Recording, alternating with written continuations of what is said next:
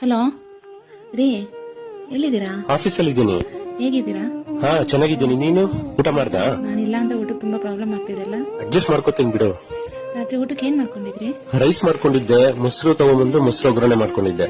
ಅಯ್ಯೋ, ಅಷ್ಟೊಂದೆಲ್ಲ ರಿಸ್ಕ್ ಏನು ತಗೊಂಡ್ರಿ? ಬರ್ತಾ ಹೋಟೆಲ್ ತಗೊಂಡ್ಬಂದು ತಿಂದು ಮಲ್ಕೊಳತ್ತಾನೆ. ದುಡ್ಡಿಲ್ದೇ ಇರೋ ಟೈಮಲ್ಲಿ ಹೋಟ್ಲೂಟ ಎಲ್ಲ ಯಾಕೆ? ಅಡ್ಜಸ್ಟ್ ಮಾಡ್ಕೋತೀನಿ ಬಿಡು. ಮತ್ತೇನ್ ಸಮಾಚಾರ?